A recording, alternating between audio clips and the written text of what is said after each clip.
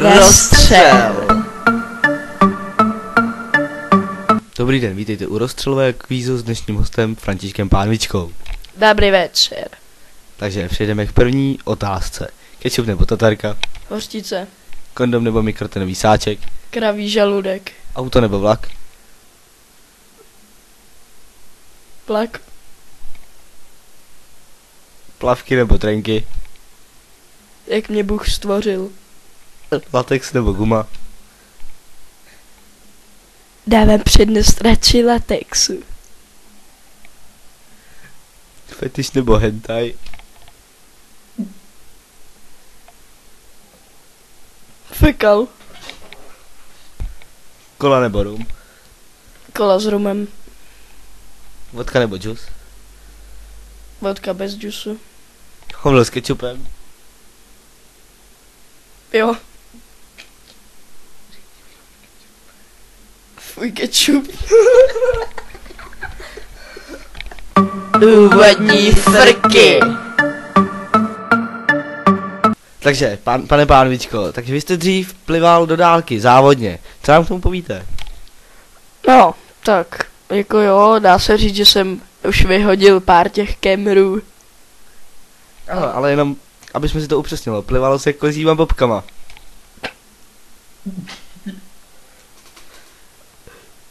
Já zapomněl.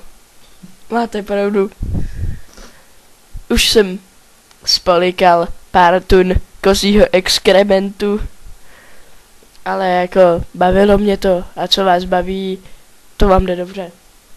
A nemáte někdy pocit v puse, že cítíte pořád tu chuť těch kozích bobků? No, abych vám pravdu řekl. Když mi žena něco uvaří, mám chuť pěkně na sračky. A co na to vaše žena při líbání?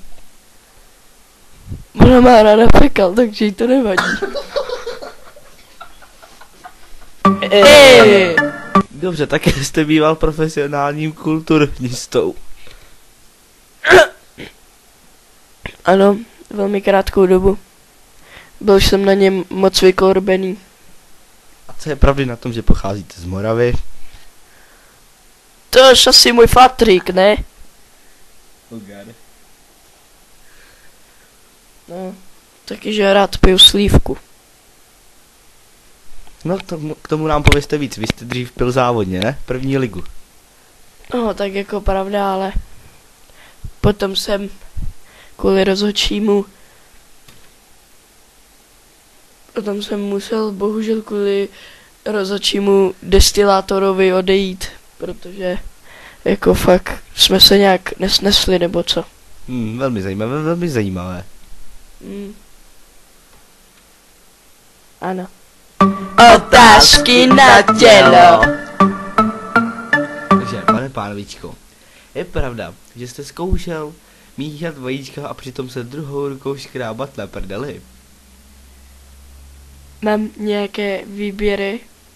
Nemáte, jsou to otázky na tělo, prosím vás, odpovídejte pravdivě ano nebo ne. Tak jako, je pravda, že jsem si trošku poždímrával na kulkách. Ale, že bych si drápal přitom v prdeli, ne. Dobře, přejdeme tedy na druhou otázku. Od vaší ženy jsme zjistili, že často nachází v posteli psí chlupy. Je pravda, že spíte se svým psem Azorem? Tak jako víte co, já jednou viděl pořád na Animal Planet. Jmenovalo se to Pes, nejlepší přítel člověka. Nemohl jsem odolat svým pudům. A nepřijde vám to divné? Mně to přijde divné jen s mojí ženou. Je pravda, že máte jenom jednu kouli? No víte, toto je velmi intimní otázka. Ano, bohužel ano. A jak se vám to stalo, mohu-li se zeptat? Víte, jednou, když jsem si se svým psem Azorem hrál v posteli, tak víte, on mi prostě ukous. Smutný příběh. Ano.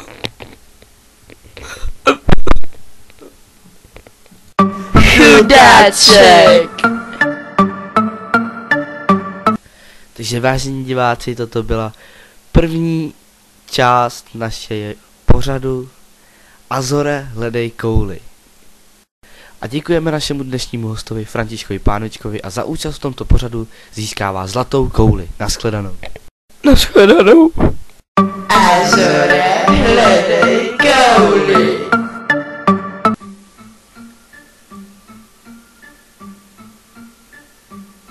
Dobrý den, vítejte u rozstřelového kvízu s naším dnešním hostem, s Františkem Pánvičkou. Dobrý večer, děcka. No, dobrý, to by nám stačilo, takže přejdeme k první otázce. Kečup nebo tatarka? Hořčice. Kondom nebo mikrotonový sáček? Kraví žaludek. Ano, velice vtipné.